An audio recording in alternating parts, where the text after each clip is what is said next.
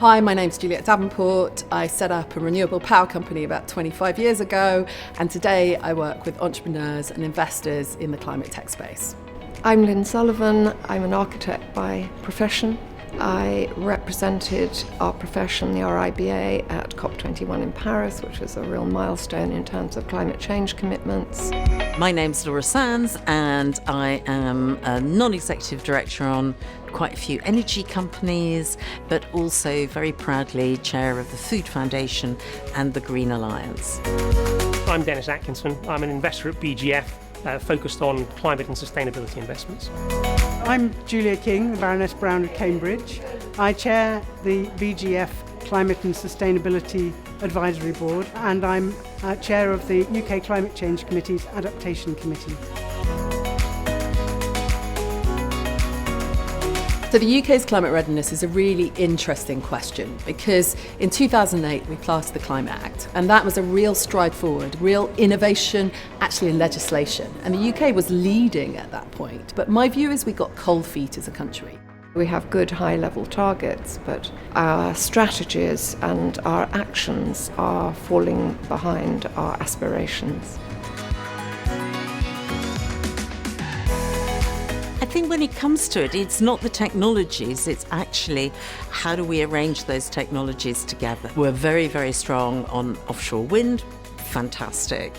Actually, what we need is long duration storage to capture that wind when it blows at 3 o'clock in the morning. I think the potential in the UK for microgrids and smart grids, in other words, incorporating both energy demand reduction and storage capability, is great, but as yet unexploited.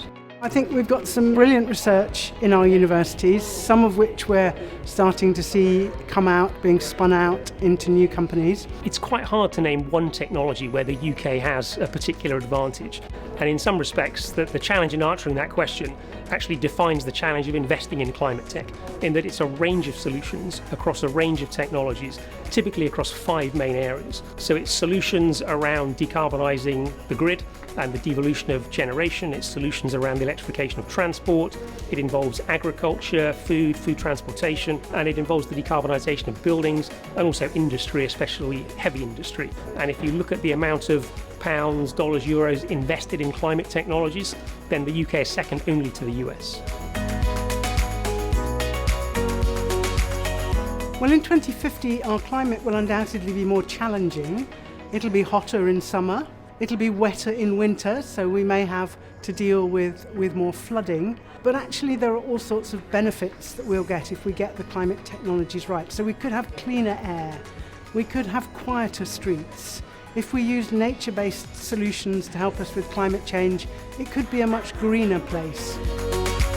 We need to ensure that we've got that infrastructure to capture the extraordinary natural resource we have, which is a lot of wind. We should really be exploiting wave power.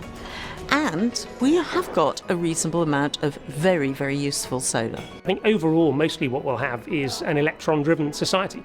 We'll have 3x the electricity generation because we'll pretty much have the electrification of everything.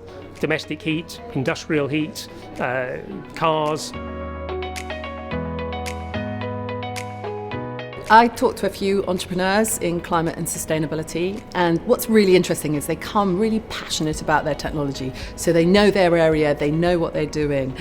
One of the things I tend to find though is that they can get too focused on the technology and not really think about the applicability. So how are people going to use this technology?